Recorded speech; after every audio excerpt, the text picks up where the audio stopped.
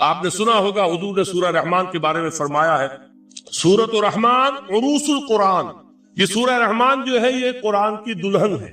جیسے دلہن کو آپ خوشنما لباس پہناتے ہیں، آراستہ پیراستہ اس کو گہنے اور اس کو زیور پہناتے ہیں، تو جس طریقے سے سجاتے ہیں آپ دلہن کو، اللہ تعالیٰ نے ایک سورت قرآن مجید میں یہ ایسی رکھی ہے سورہ رحمان کی، اسے خوب سجایا۔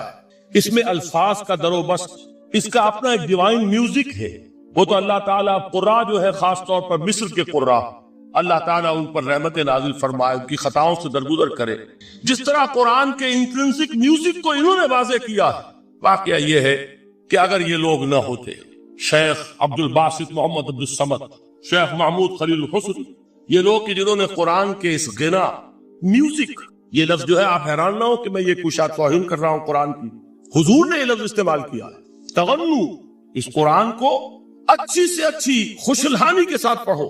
من لم یتغن بالقرآن فلیس منا، جو قرآن کو بہتر سے بہتر انداز میں، اچھی سے اچھی آواز میں، خوشلحانی کے ساتھ پڑھنے کی کوشش نہیں کرتا، وہ ہم میں سے نہیں۔ بلکہ ایک مرتبہ حضور رات کے وقت آپ گشت پر تھے اپنے ساتھیوں کے حالات معلوم کرنے کے لیے۔ حضرت ابو موسیٰ اشعری رضی اللہ تعالیٰ عنہ ایک صحابی ہے، ان کے گھر کے پاس سے گزر ہوا، وہ رات کو تہجد پڑھ رہے تھے، کھڑے ہوئے کیف کے عالم میں قرآن تلاوت کر رہے ہیں۔ حضور کو بہت پسند آئی ان کی قرات، کافی دیر تک وہاں کھڑے سنتے رہے۔ اب انہیں کیا پتا کون سن رہا ہے، بالکل اسی طرح سمجھ لیجئے ایک بات یاد آئی ہے، حضور فرماتے ہیں کہ جس طرح کان لگا کر اللہ قرآن کو سنتا ہے کسی چیز کو نہیں سنتا۔ ہمیں نظر نہیں آتا نا، ہمیں معلوم نہیں، ہم قرآن پڑھ رہے ہیں تو سننے والا کون ہے؟ سب سے زیادہ کان لگا کر خود اللہ۔ یہاں اس لیے مجھے یاد آیا کہ ابو موسیٰ اشعری کو کیا پتا تھا کہ کون سن رہا ہے، وہ اپنی کیفیت میں نماز میں تہجد میں قرآن کی تلاوت کر رہے تھے، اور ظاہر بات ہے ان کے گھر ایکڑوں میں بنے ہوئے نہیں تھے، ایک ایک کمرہ، ایک ایک کوئی حجرہ، ایسے ہی تو گھر تھے نا صحابہ کے، لہذا حضور پاس سے گزرے، آواز آئی، کافی دیر سنتے رہے۔ اس کے بعد آپ تشریف لے گئے، صبح فجر میں ملاقات ہوئی تو حضور نے تحسین کے انداز میں فرمایا، یا ابا موسیٰ انک قد اوتیت مزمارا من مزامیر آل داؤد، اے ابو موسیٰ تمہیں تو آل داؤد کے سازوں میں سے ایک ساز اللہ نے عطا فرما دیا۔ جس طرح حضرت داؤد، لہن داؤدی مشہور ہے کہ جب وہ پچھلے پہر رات کو حمد کے ترانے الاپتے تھے، قرآن میں ہے کہ پرندے شامل ہو جاتے تھے ساتھ، اور پہاڑ وجد میں آتے تھے، پہاڑ بھی ان کے ساتھ شریک ہوتے تھے۔ تو جس طرح کا اللہ نے ان کو لہن عطا فرمایا تھا، حضور نے تحسین کے انداز میں فرمایا، اے ابو موسیٰ اشعری اللہ نے تمہیں بھی آل داؤد کے سازوں میں سے ایک ساز عطا فرمایا۔ بہرحال قرآن مجید کا جو یہ میوزک ہے، قرآن کے الفاظ کا جو حسن ہے، جہاں تک حسن معنوی ہے وہ تو ہر لفظ میں ہے، لیکن یہ حسن ظاہری، حسن صوتی، حسن لفظی، یہ اپنے کلائمیکس پر آپ کو نظر آئے گا سورہ رحمان۔ لیکن قرآن میں یہ سورت اس اعتبار سے بھی ممتاز ہے، اس کی 4 آیات پر ذرا توجہ کریں گے، عجیب حقائق سامنے آئے۔ جہاں یہ قرآن مجید کے حسن صوت اور حسن لفظی کی معراج ہے، وہیں اس کی پہلی 4 آیات میں 4 چوٹی کی چیزوں کا ذکر ہے، سب سے اونچی چیز ہے۔ پہلی آیت کیا ہے؟ الرحمن، ایک آیت ہو گئی۔ رحمان کیا ہے؟ اللہ کا نام ہے۔ کبھی آپ نے غور کیا اللہ کے ناموں میں سب سے پیارا نام کون سا ہوگا؟ رحمان۔ کیوں؟ اس کا مادہ کیا ہے؟ رحمت۔ ہمیں سب سے بڑھ کر جس چیز کی ضرورت ہے وہ کیا ہے؟ رحمت خداوندی۔ نام اچھی طرح سن لیجئے اس حضور کے قول کو۔ حضور فرماتے کوئی شخص جنت میں مجرد اپنے عمل کی بنیاد پر داخل نہیں ہو سکے گا جب تک کہ رحمت خداوندی دستگیری نہ کرے۔ کسی صحابی نے بڑی ہمت اور جرأت کا ثبوت دیا کہ پوچھ لیا، کیا حضور آپ بھی؟ جب آپ نے فرمایا کوئی شخص داخل نہیں ہو سکتا جنت میں محض اپنے عمل کی بنیاد پر جب تک کہ رحمت خداوندی جو ہے وہ دستگیری نہ فرمائے۔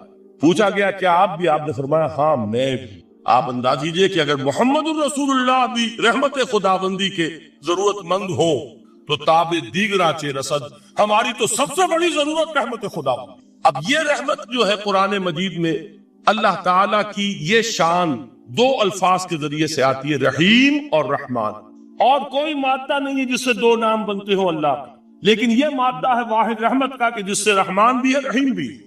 رحیم صفت مشبہ ہے، رحمت دائم ہو جائے گی، مستقل ہوگی تو رحیم کہیں گے، اور رحمان اس میں رحمت کی وہ شان ہے کہ جیسے ٹھاٹھے مارتا ہوا سمندر ہو، ہیجان کی کیفیت، طوفانی کیفیت، رحمت خداوندی کا طوفانی جوش، وہ ہے رحمان۔ آپ تو رہتے اس علاقے میں ہیں، آپ کو معلوم ہے عرب اگر بھوکا مرا جا رہا ہو تو کیا کہے گا؟ انا جوعان. پیاسا مرا جا رہا ہو انا عطشان. بہت غضبناک ہوگا غضبان. غضبان آصفہ قرآن میں آیا، بہت غضبناک. رحمان جس کی رحمت جو ہے جوش میں ہے، ٹھاٹھے مارتے ہوئے سمندر کے مانند. تو یہ اللہ تعالیٰ کے ناموں میں سب سے پیارا نام. اب آگے چلیے. الرحمن علم القرآن، رحمان نے قرآن سکھایا. رحمت خداوندی کا سب سے بڑا مظہر، رحمان کی رحمانیت کا سب سے بڑا مظہر قرآن ہے. ان میں جو منطقی ربط ہے اس کو سمجھتے جائیے. اچھا آپ یہ سوچئے، جو علم بھی انسان کو حاصل ہوا وہ کس نے دیا؟ اللہ نے. سائنس کا علم کس نے دیا؟ اللہ نے. علم آدم الاسماء کلہا، وہ علم الاسماء جو حضرت آدم کو دے دیا گیا تھا ازل میں، یہ اسی کا ظہور ہے، یہ اسی کی ایکسفولیشن ہے جو ہو رہی ہے اور ہوتی رہے گی ابھی. اور دوسرے علم ہے وہ کس نے دی؟ اللہ.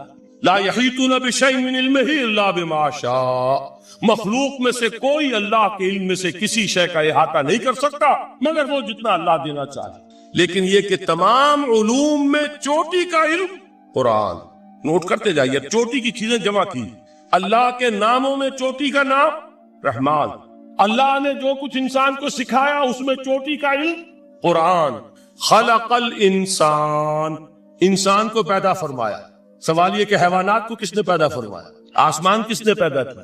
زمین کس نے پیدا؟ میرا مالک اللہ، میرا رازق اللہ، میرا محافظ اللہ، میرا مددگار اللہ، میرا پشت پناہ اللہ، میرا دوست اللہ. یہ دوستی ہے اللہ کی جو لب لباب ہے، حاصل ہے ایمان کا. اسی کا نام ولایت ہے. اور یہ اللہ کے سروں پر سینگ نہیں ہوتے. جس کے دل میں ایمان راسخ ہو چکا ہو وہی اللہ کا ولی ہے. جسے اللہ پر یقین ہو چکا ہے وہی اللہ کا ولی ہے. جسے یقین ہے اللہ میرے ساتھ ہے، میرا مددگار، میرا پشت پناہ، میرا ساتھی، میرا دوست، میرا محبوب، میرا محب. اللہ اہل ایمان سے محبت کرتا ہے. واللہ یحب الصادقین. ان اللہ یحب الذین یقاتلون فی سبیلہ صفا کانہم بنیان مرصوص. اللہ محبت کرنے والا، اہل ایمان محبوب، اور اہل ایمان محبت کرنے والے اللہ محبوب. والذین آمنوا اشد حبا للہ.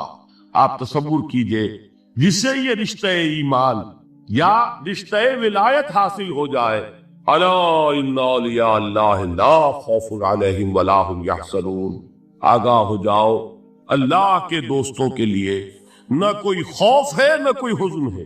اور میں بیان کر چکا تھا خوف اور حزن کے خاتمے ہی کا نام امن. زوال خوف، زوال حزن. یہ خوف اور حزن کیوں آتے ہیں بار بار؟ اللہ تخافوا ولا تحزنوا، دونوں آ گئے. الا ان اولیاء اللہ لا خوف علیہم ولا هم یحزنون، پھر وہی دو. وہ کیوں ہے؟ خوف ہوتا ہے کسی مستقبل کی بات کا، یہ نہ ہو جائے، وہ نہ ہو جائے، یہ نقصان نہ پہنچ جائے، یہ تکلیف نہ ہو، یہ غضب نہ آ جائے. خوف ہے مستقبل سے. حزن ہے یہ کیوں ہوا، یہ نہیں ہونا چاہیے تھا، یہ میرا فلاں چیز میرے ہاتھ سے جاتی رہی ہے، فلاں موقع نکل گیا، اب بیٹھے ہوئے ہیں اندر ہی اندر کوڑ رہے ہیں، صدمہ ہے اور رنج ہے. اور جو اللہ پر ایمان رکھتا ہے وہ جانتا ہے ما اصاب من مصیبت فی الارض ولا فی انفسکم الا فی کتاب من قبل ان نبرأها ان ذلک علی اللہ یسیر لکی لا تعصوا علی ما فاتکم ولا تفرحوا بما آتاکم واللہ لا یحب کل مختال فخور. اس زمین میں یا تمہاری جانوں میں کوئی تکلیف، کوئی مصیبت نہیں آ سکتی سوائے اس کے کہ جو اللہ نے لکھ دی ہو اس سے پہلے کہ وہ ظاہر ہو. جس کو یہ حقیقت معلوم ہو گئی اس کو یہ طرز عمل اختیار کرنا چاہیے. جو چیز چھن جائے، جاتی رہے، چھوٹ جائے، اس پر افسوس نہ کرو. کس نے چھینی؟ دوست نے. دوست کے فیصلے پر شکایت. دوستی کو بٹا لگا رہے ہو. سرے تسلیم خم ہے جو مزاج یار میں آئے.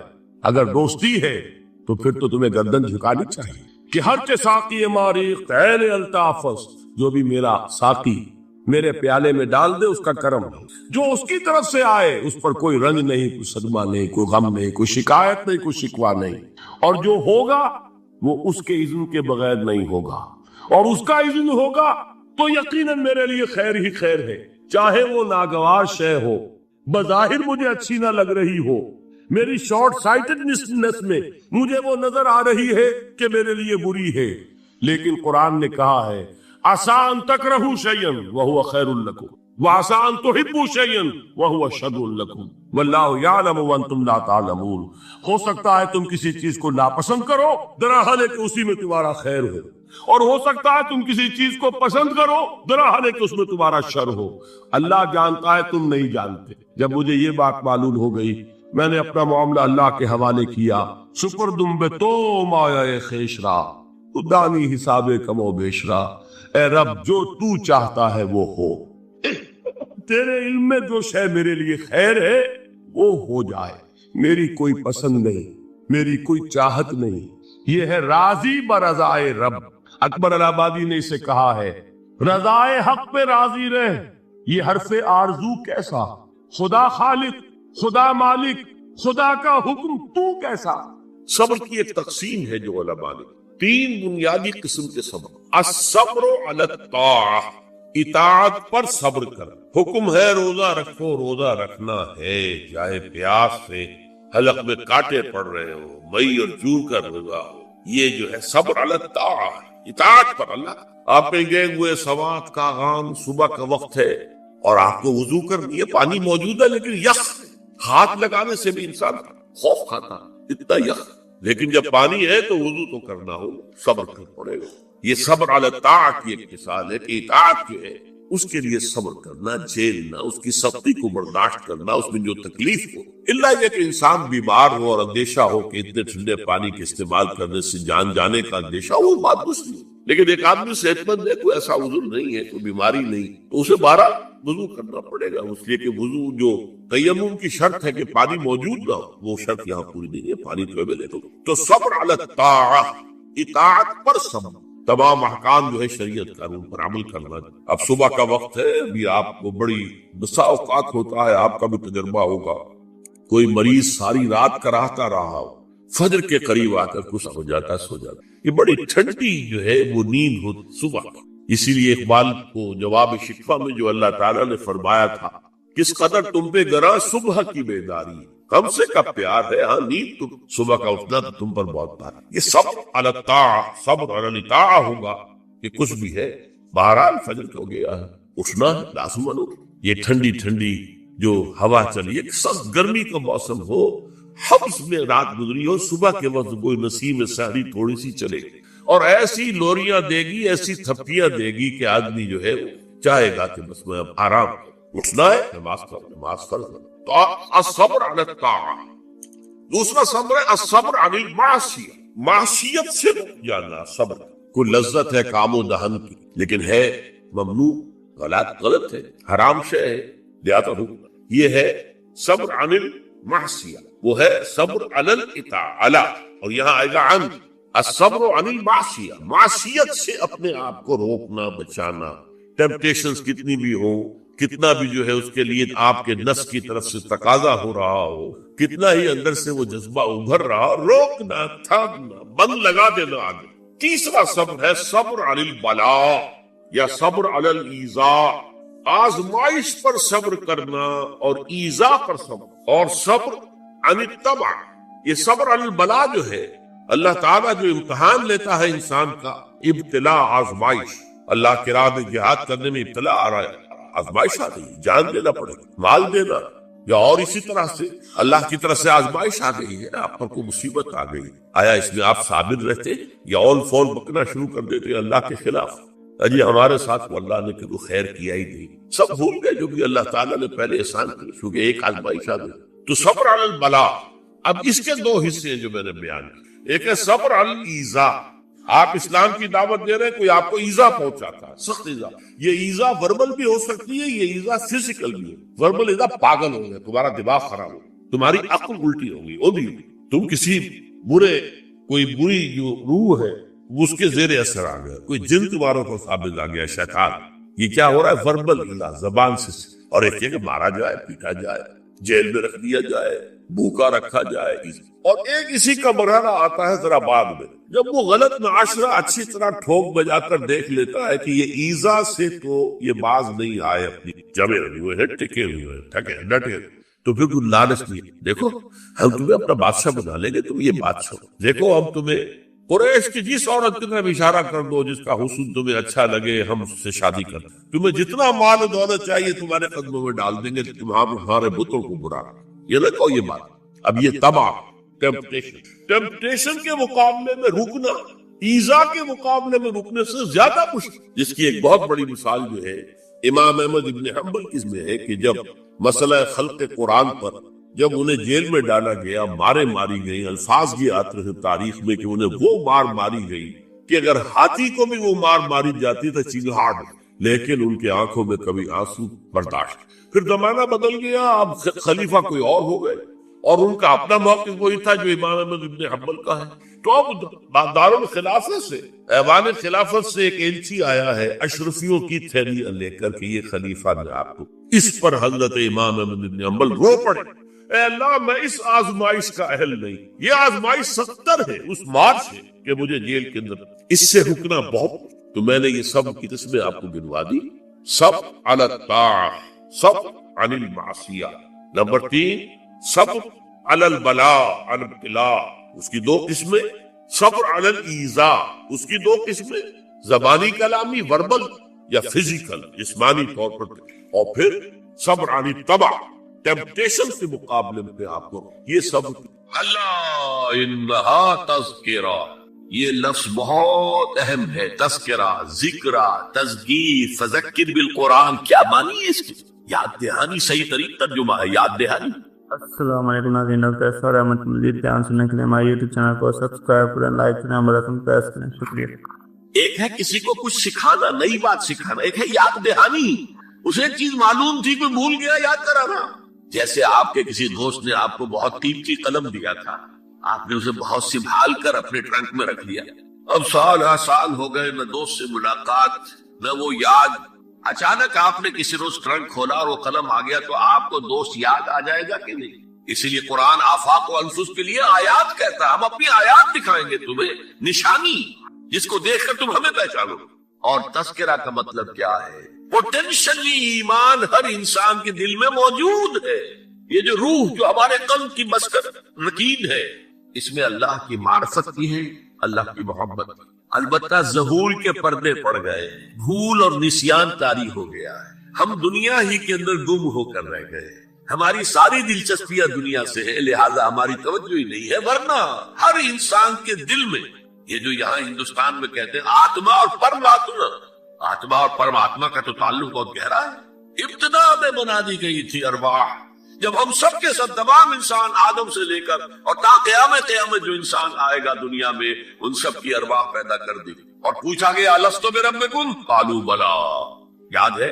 لہذا یہ تذکرہ ہے، یہ یاد دہانی تمہارے اندر موجود ہے، اللہ کی معرفت بھی موجود ہے، اللہ کی محبت بھی، لیکن کلا بل ران علی قلوبہم ما کانوا یعملون، ان کے دلوں پر زنگ آ گیا ہے، اب ان کے اعمال کی شیشہ جو ہے وہ زنگ آلود ہو گیا۔ حضور نے فرمایا ان هذه القلوب لتسطع كما يسطع الحديد اذا اصابه الماء، ان دلوں پر بھی زنگ آ جاتا ہے جیسے کہ لوہے کے اوپر پانی پڑتا رہے تو اس کو زنگ آ جاتا ہے۔ پوچھا گیا فما جلاؤها یا رسول اللہ، اے اللہ کے رسول ہماری تلواروں کو زنگ لگتا ہے، ہم پالش کرتے ہیں، سیکل کرتے ہیں، وہ پھر چل اٹھتے ہیں، جو دل پر اگر زنگ آ جائے تو اس کا علاج کیا ہے؟ 2 چیزیں فرمائی، کثرت و ذکر الموت و تلاوت القرآن، 2 کام کرو کثرت سے، موت کو یاد رکھو، یہاں رہنا نہیں ہے، جانا ہے، یہ ہمارا گھر نہیں ہے، یہ ہماری منزل نہیں ہے، ہمارا اصل گھر جو حضور نے فرمایا انما الدنیا خلقت لکم وانتم خلقتم للآخرہ، یہ دنیا تمہارے لیے بنائی گئی، تم آخرت کے لیے بنائے گئے۔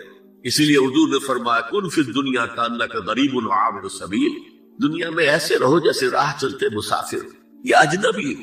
اپنے بارے میں فرمایا مالی والی دنیا، مجھے تمہاری دنیا سے کیا سروکار، انما مثلی کراکب استظل تحت شجرۃ ثم راح فترکھا، میری مثال اس مسافر کسی ہے جو ذرا سسکانے کے لیے کسی درخت کے سائے میں بیٹھتا ہے تھوڑی دیر، وہ اس کا گھر تو نہیں ہے، اس کی منزل نہیں ہے، پھر وہ اس کو چھوڑتا ہے، اپنا راستہ لیتا ہے۔ یہ اگر ہمارا تصور قائم ہو جائے، کلا انہا تذکرہ، اب اس کے بعد جو الفاظ آئے فی صحف مکرمۃ مرفوعۃ مطہرۃ بأیدی سفرۃ کرام بررہ، یہ جو قرآن ہے، جو تذکرہ ہے، یہ بڑے ہی انتہائی پاکیزہ صحیفوں میں ہے، فی صحف مکرمۃ، بڑے باعزت، مرفوعۃ مطہرۃ،